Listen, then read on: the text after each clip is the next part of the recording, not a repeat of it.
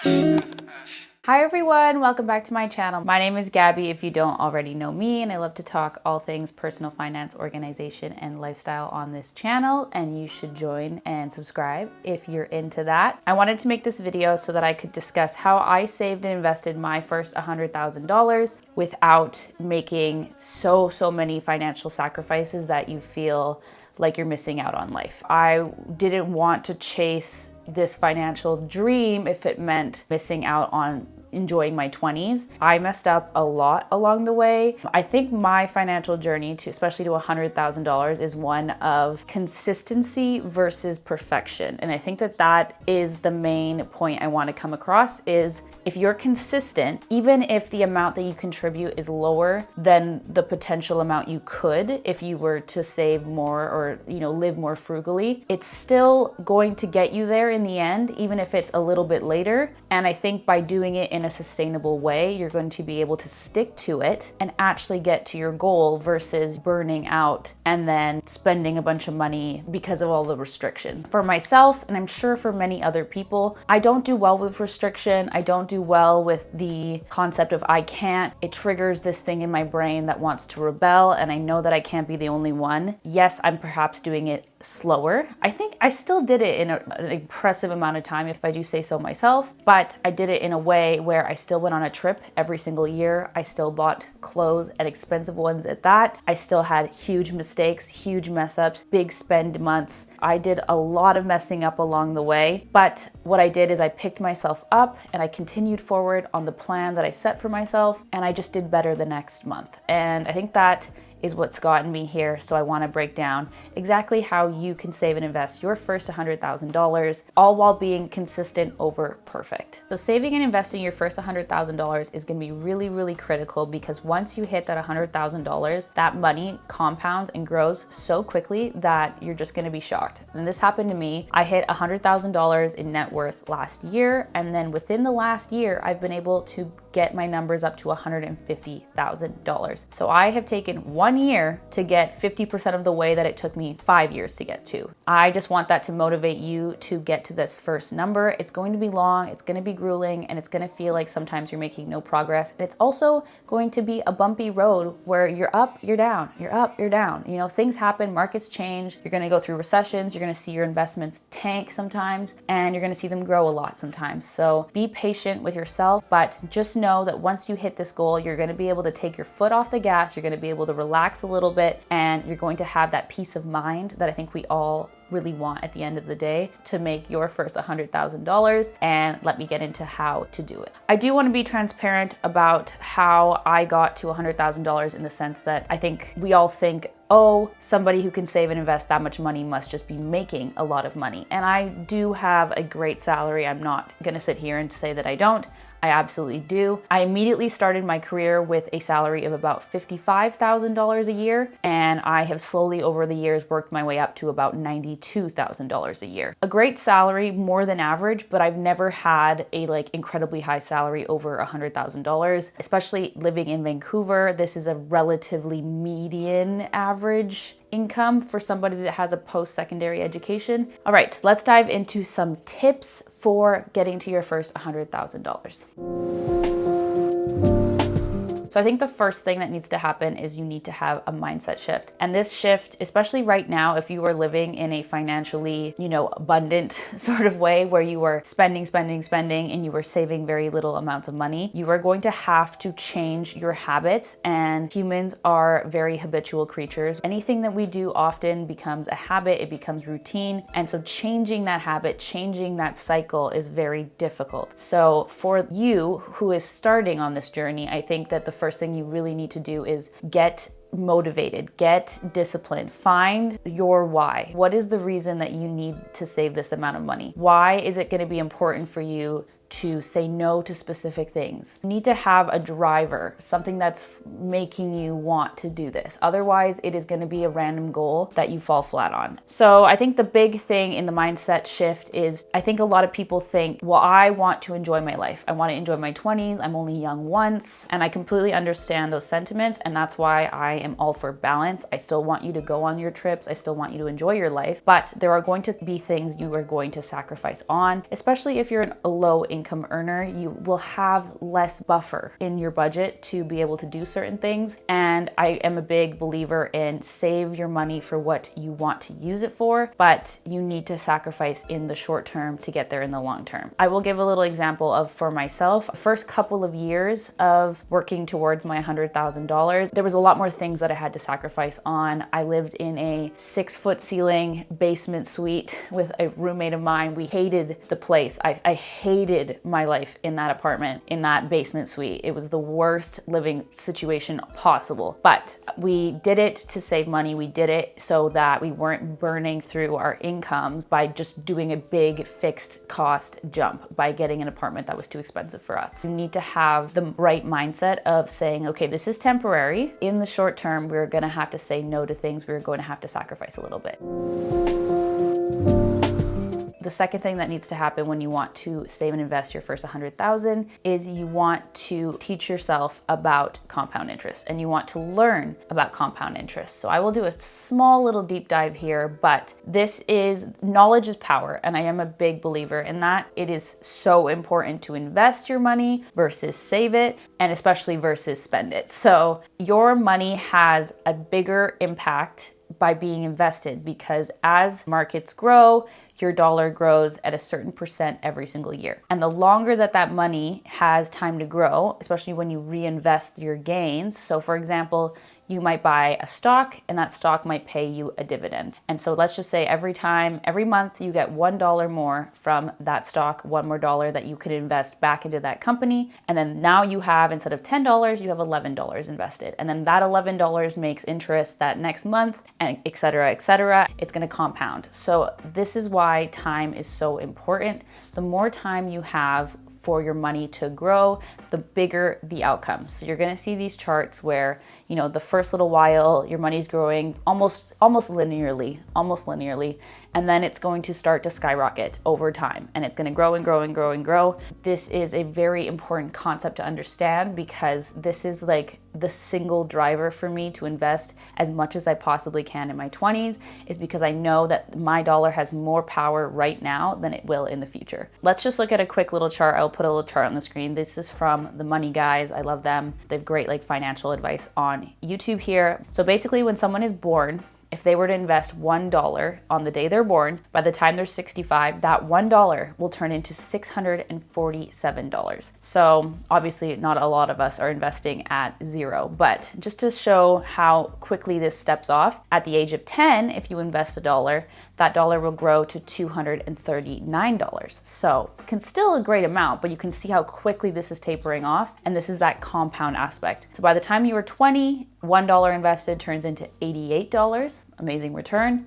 By the time you are 30, that $1 is only $23 when invested at the age of 65. And you can either invest a little bit now, whatever decade you're in, or you can invest a lot more 10 years from now to get to the same outcome. I think a lot of us have been led to believe that we should wait until we're, more financially secure, until we have higher salaries to start investing. I think some of us think that investing is for 40-year-old dads who get bored and want to gamble, and that is not the case at all. All of us in our 20s should be investing because it's going to make our lives significantly easier in the future. Wealth is not only for those who make a high salary. As long as you spend less than you make, that is your ticket to becoming wealthy. As long as you can take that money and invest it instead of saving it. Putting money into a savings account does nothing for you, except for obviously that money is easily tappable and you can access it when you need to. But that money is not going to grow in any significant way. It is when your money is invested is when it's growing for you in the background. If you're not needing that money anytime soon, it's better invested, because even if it's going to be taken out in 5 years, that's still going to be a lot of money that you could make in the market.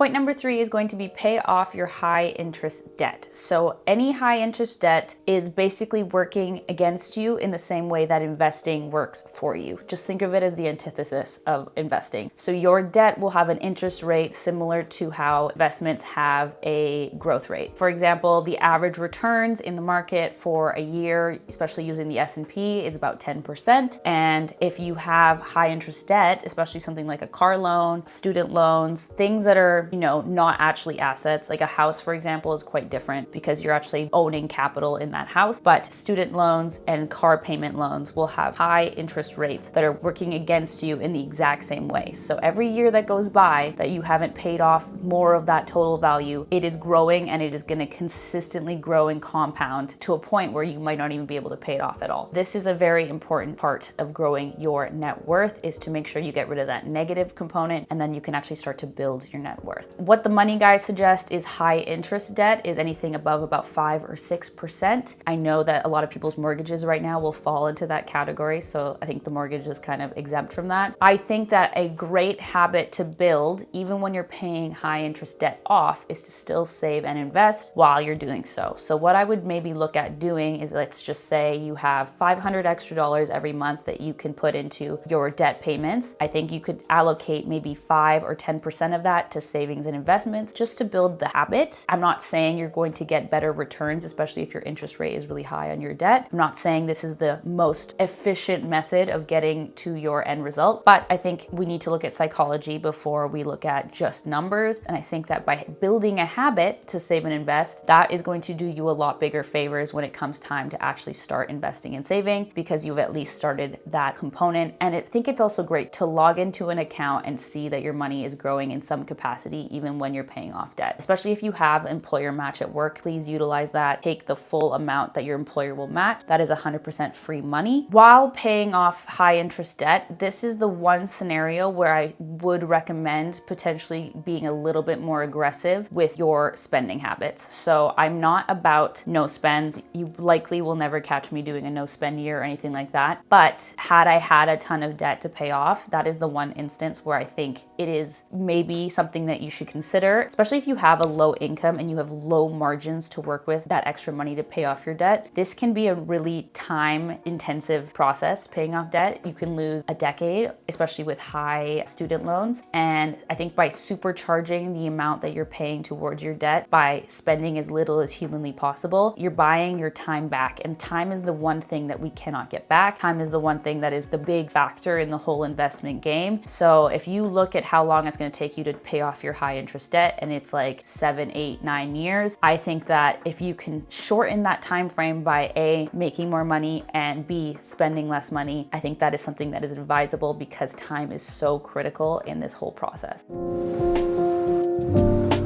Tip number 4 is going to be keep your fixed costs low. This is a huge one. Fixed costs are basically any of your bills or regular costs that you have to pay every single month that are really hard to get out of. They're called fixed for a reason. They're very difficult to change, especially things like housing, cars, things that have contracts where you can't just back out if you feel like it. So be very careful when taking on new fixed costs, and make sure that you can afford your fixed costs, because once you have a certain level of luxury, it's really hard to go back. You never really hear about people who lived in a 3-bedroom house having to move back into a 1-bedroom apartment. Usually they will just suffer in silence and pay their mortgage and never build any wealth. It's because we don't want to work backwards. We don't want to go backwards ever. This is a huge tip, and it is probably one of the biggest factors of myself being able to reach the goal that I did. Living in a high cost city, it would have been very easy for me to move into an apartment that I couldn't actually afford. Just because you can afford something doesn't mean you can afford something. Just because your pay is larger than that bill doesn't mean you should sign up for it. A lot of financial advisors will recommend keeping your fixed costs in the range of 50 to 60% max of your take-home pay. And this is because you want to have that extra money for fun spending, and you want to have extra money for saving and investing. So I, for example, have dreamt my whole life of living by myself. I've always been a very independent person. I always saw myself living by myself, and it was something that I had to give up in the hopes of getting to this goal. And so I made the decision to keep my housing cheap and to always have a roommate. And I was always very, very careful about moving to new places and the difference in my rent. I never wanted big jumps and only going up in increments that I could realistically reduce my daily spending to counteract.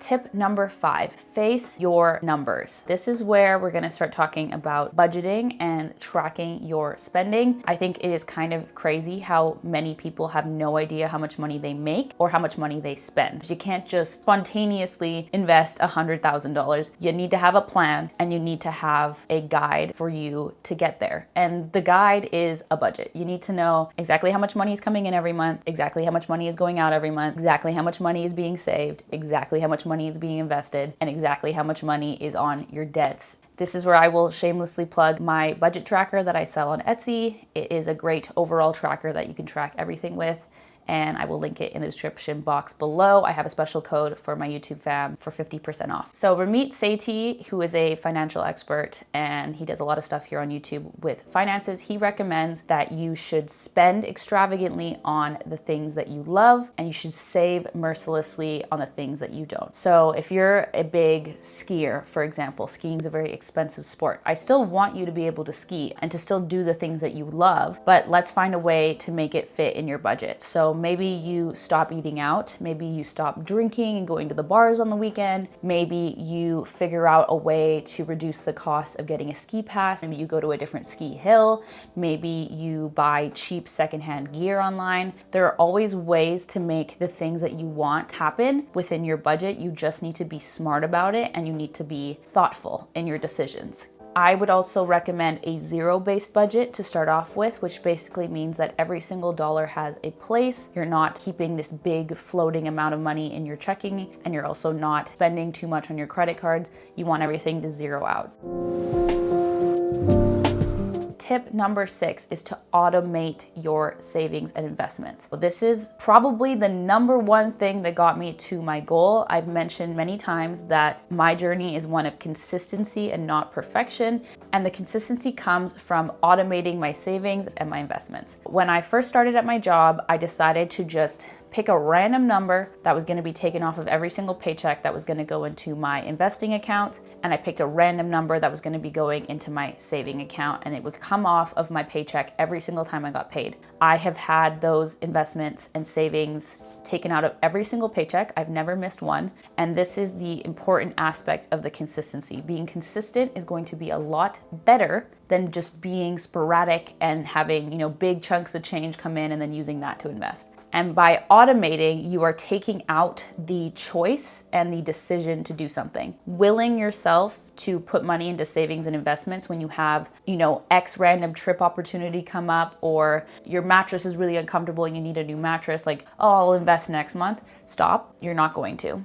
Make sure that money is taken off your pay, and then it starts to trick your brain that your pay is actually less than what it is. Treat it like a bill, an automatic bill that you are gonna pay every single month or every single paycheck, and you have no choice on the matter. And I think by treating your investments and your savings like a bill, it's like a little mental shift. And this leads me to my next tip, which is build trust in yourself.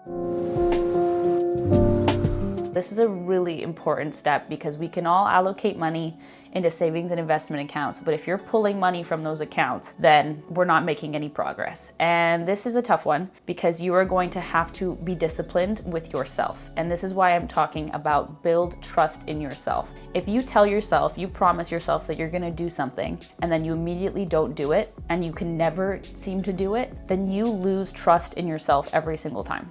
And it's like trusting a friend. If you trusted them with something and every single time they let you down, how much are you gonna trust them? You're gonna have zero trust in them. You're gonna have zero faith in them. And this is where the psychological part is so important. You need to maintain boundaries with yourself, and you need to show up for yourself. So if you put money into an investing account you cannot touch it. You cannot remove it. You cannot take that money out. And that is a boundary that once it is broken, it is going to be so much easier to go into again and again and again. And this is why I see a lot of people saying like they really struggle with their emergency funds because they're constantly pulling from their emergency funds and then they just have to build it back up again. And because emergency funds are usually the first step people suggest before you start investing, people get really stuck at this one step. So you need to have the trust in yourself and maintain the boundaries with yourself to put money into an account and to not touch it. And I know it's easier said than done, but this is something that once you start to build that trust within yourself, you build this self-confidence and this ability to know that you can do something and you can stick to it. My recommendation for something like an emergency fund is to make a list of what is considered an emergency and have that list be predetermined. So sit down and think of all the things that could go wrong in your life where you would be completely comfortable taking from your emergency fund. Losing your job, having a pet, have an emergency surgery, maybe even in the US, like your own health. If something comes up for your own health, of course, that would be a great use for this. These are all great uses for an emergency fund, but overspending on your credit card is not. So this is a big part of my journey. I have been very good about any large sum of money that comes my way, whether it's a work bonus or a big tax return, and invest it. You can also allocate a certain portion of that money to yourself to enjoy it. And that way this builds like a little bit of a reward system. For example, my tax return, a good majority of it went into an investing account, but a chunk of it I put away for a trip, a use of spending. And that way it kind of gives me a little bit of a reward. And every single time I get a big lump of money, it is just easy for me to allocate it towards investments and then take a little chunk of it and put it towards fun money. But I think by not immediately just using that money for spending or for paying off your credit card bill, for example, you start to have these really good habits. And this has supercharged my timeline for investing. The amount I invest every single month, I would have definitely taken a lot longer to get to my goal. But by just using this one simple little tip of any extra cash that came in, it really supercharged my timeline. All right, tip number 9 is give large purchases the thought and care and responsibility that they deserve. If somebody randomly says, hey, you wanna come on this trip? You know, I'm not saying you don't have to go, but just really think through what that means for you financially. I think it's way too common that people just say yes on a whim. Oh, the new iPhone's out, I want the new iPhone. Oh, there's a new Apple Watch. My Apple Watch is old. Like, stop on a whim buying something. Stop financing things just because you want it now, and to start giving care and thought to those things. How much would you have to save every single month to get to that purchase? Is there enough time for you to save up for that purchase? If it's a trip, for example, stop thinking that a trip to Europe is going to be, $2,000. It's just not. Stop underselling the amount of money that something is going to be and then being shocked when you spent way more than you thought you were going to. Just be thoughtful about purchases, especially big ones. You don't have to think twice about your morning coffee if that's something you love, but I just want you to think really hard and long on big items, especially the financing route. Like, I think we all think, oh, I can just finance it and then it's no big deal. It's easy to overspend when you have for months and months and months this additional item that is a fixed cost now. You just signed up for a fixed cost. For the next 2 years, you have a new fixed bill. I would rather just save up money, sit down and think, okay, how much can I realistically save every single month for that mattress? I don't need a mattress tomorrow. Of course, sleep is important, but realistically, people are buying things in this, like, I need it now kind of mentality, and you just don't. Tip number 10 is going to be use tax advantage investing accounts in line with tip number 8, which was invest extra money. While on your investing journey, these tax deferred accounts can help you get more money back on your taxes, meaning more money that you can put back into the market. So how I was able to invest extra money every single year to speed up my timeline to getting to $100,000 was to be putting money into tax deferred accounts. So I would get a larger tax return, and then I would invest that tax return, and then in turn that is compounding and growing over time. And then you have more money in the end. I would say probably like $15,000 to $16,000 of my $100,000 just came from using tax deferred accounts and then getting a bigger tax return and then reinvesting that money. These are a great tool for getting more money back and being able to put more money into your investment. And And tip number 11 is to make more money. This is really tough because I know that everyone has a different income, and I completely understand that if you are a low income earner, it is going to be really hard to find that extra margin to save and invest. And I'm completely understanding of that. If you're making $30,000 a year in our current climate, it's going to be really hard to spend as little as you need to have enough money to save and invest. Even that 10 to 15% that people recommend to save and invest is going to be really, really hard when you're a low income earner. This is an important aspect of being able to get to that $100,000. And realistically, there are lots of different ways, and honestly, an unlimited number of ways to make more money, especially in this day and age. But the key point of this is use your existing skill set to find a method and a way to make more money. We all have different skills. We all have different things that we are good at, and you can utilize that and leverage it to make more money for yourself. Currently, for example, whatever career, whatever job you are in, can you switch to another job and get paid more? So this is a really common thing that I hear now, is it's actually a lot easier to raise your salary and the amount of money you take home by switching jobs to a similar role at a different company rather than work up within an existing company. And this is something that I think studies are showing as well, is you get a lot bigger paid jumps when you're swapping to companies every couple of years versus growing within a single company. Can you campaign for a raise at work? Are you able to go to your manager and ask for a raise? Are you able to ask what you would need to do to get a raise, and then making sure that you are able to tackle that? And I would highly recommend watching a couple videos on how to ask for a raise. There's definitely a better way of doing it rather than just walking in and demanding it. Can you get a low cost certification so that you can either get more money at your existing job or switch to a different job and get more money? So there are a lot of certifications where you can do a quick course, maybe a year long, maybe 6 months long, and you can make considerable more money by switching careers entirely, or just by having that certification within your existing career. It might make your salary larger. Do you have extra time after work where you can either work extra hours at your existing job, if you can do that, or by getting another part-time job and working after hours or on the weekends? That's another great way to make extra money. Can you sell items online? If you've watched my recent budget video, I have been making additional passive income by selling a digital product online, and I think almost anyone can figure out a way to sell a digital product. You can also use your personalized skill set to offer value to somebody.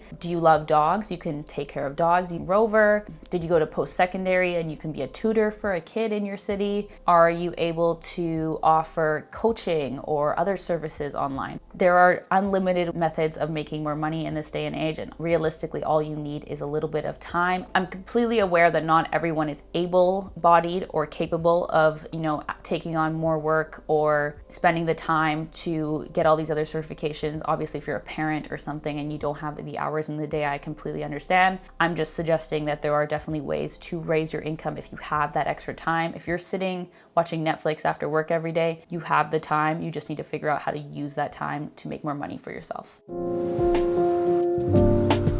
And tip number 12 is going to be to have fun along the way and to gamify money. Big item that I've really utilized is to gamify money and to make it fun. I love using a budget spreadsheet. Even before I had my very own, I was using other people's budget spreadsheets because I found it was an aesthetic, fun release for me to go in and add all my numbers in and to see all my charts and visuals for my money. I love visuals. I'm a visual person. So seeing my savings rate and seeing how much I spent on wants and needs and how much I saved and invested and how much was going into every account, that was a great motivating way for me to stay on track. I love budgeting. I think it's fun. I think it's enjoyable, but there's got to be some way that you can make finances fun for yourself. There's definitely a way. Maybe it's watching finance YouTubers. They make really awesome, entertaining videos. Maybe you do financial challenges with your friends and your family. There's lots of ways to gamify this whole system and to make it fun and exciting. And that's what's going to keep you on track. If you hate your life the whole way, it's not going to work. You're going to fail, unfortunately. You got to have fun. You got to make this your own journey, your own path. We're all going to have different ways of getting to the final goal of having $100,000, and it's not a race. It's not a comparison game. You got to do the best that you can do with what you currently have, with the cards you've been dealt in life. Stop comparing yourself to the person next to you. Stop comparing your budgets to the people online. Just because I spend a certain amount on my monthly budgets does not mean that you should be able to do that and get to the same goal. We all have different circumstances finances. We all have different starting points, and the worst thing you can do is compare yourself to somebody else. This is your journey and your journey only, and you need to make it customized to yourself, and you need to find ways that it's going to fit your own life. Because these habits that you're building now are habits you're probably going to do for the rest of your life. So if it's not working, if you're not able to stick to it, then it's probably not the right fit, and you need to find a fit that will be the right fit. All right, so I think that is all of my tips for how to get to your first $100,000. And these are tips that I used for myself, and I hope that they're helpful for you. I would love to hear your guys' financial tips or things that worked for you and how you've been able to save and invest more money. Thank you guys so much for listening to me, and I hope you guys enjoyed this one. Bye.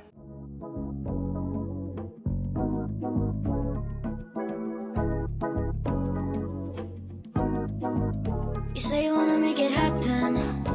You know what I want. Don't try to fight the heavens. Good girls aren't the one.